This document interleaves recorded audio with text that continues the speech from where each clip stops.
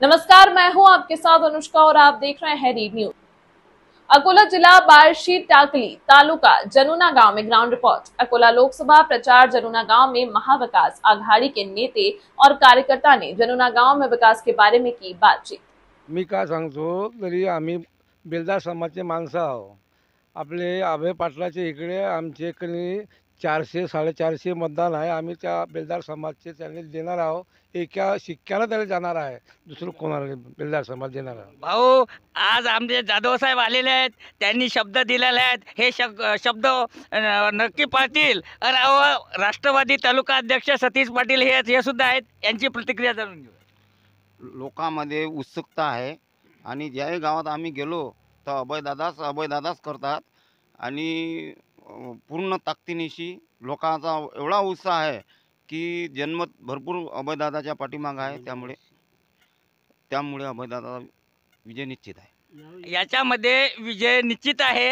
हे आता यांचं भाऊचं म्हणणं आहे की आज अभयदादा पाटील यांचे निश्चित आहे। तर आमच्या गावाचे जे एक प्रतिष्ठित नागरिक आमचे ठेकेदार हे त्यांचे मनोगत व्यक्त करतील, 2 मिनिटांमध्ये आम्हाला सांगतील। मला एकच सांगायचं आहे, मोदीनं जेवढ्या गणी गॅरंटी, माझी गॅरंटी म्हणजे फुल गॅरंटी। फक्त गणी त्याचं म्हणणंच असं आहे की फक्त गॅरंटी देणार आहेत, बाकी काही होऊ शकत नाही आणि कोणाचे गोरगरिबाची कामं केलेली नाही, एवढं मी सांगतो। आणि यावेळेस आम्हाला बदल करायचा आहे। यावेळेस आपल्याला बदल करायचा आहे। आपण जाणणार आहोत आमचे सरपंच जे साहेब आहेत, सरपंच साहेबांना खूप मेहनतनं काम चालू आहे। आपण यांची प्रतिक्रिया जाणून घेणार आहोत।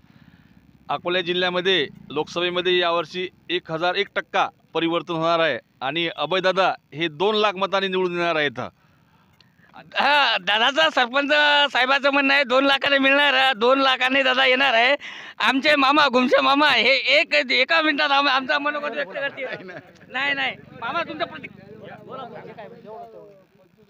यावेळेस मोदी सरकारने जनतेला फसवलेलं आहे। 15 लाखाचं आश्वासन दिलं, ते पण कोणाला दिले नाही। शेतकऱ्याचं खूप नुकसान आलं, मालाला भाव नाही। 6,000 सोयाबीन 4,000पर्यंत येऊन पोहोचलं। शेतकऱ्यांना काय फाशा घ्यावं का? त्याबद्दल अभय पाटील परिवर्तन होणार आहे। अभय पाटील 2 लाख 3 लाख मतांनी निवडून येणार आहेत। आज घुमसे मामा सांगतात का 3 लाख मताने अजयदादा निवडून येणार आहेत, असं आमच्या प्रतिक्रिया आलेल्या आहेत अकोल्याहून जे कार्यकर्ते आहेत। कारण की आज जिल्हा परिषद सदस्य भाऊ, माझं एक असं म्हणणं आहे की आता मी ज्या सर्कलमध्ये आहे, जनता सर्कलमध्ये, आणि पूर्ण सर्कल फिरलो, त्या सर्कलच्या सर्व लोकांचं म्हणणं आहे की बा आम्हाला यावेळेस बदल पाहिजे। आणि 25 वर्ष झाले, आम्ही पहिले 10 वर्ष पहिले धोत्रे साहेब पहिले आमदार होते, त्यावेळेसही काही नव्हतं। नंतर 15 वर्ष खासदार होते, त्यावेळेसपासून आम्ही पाहिले नाही।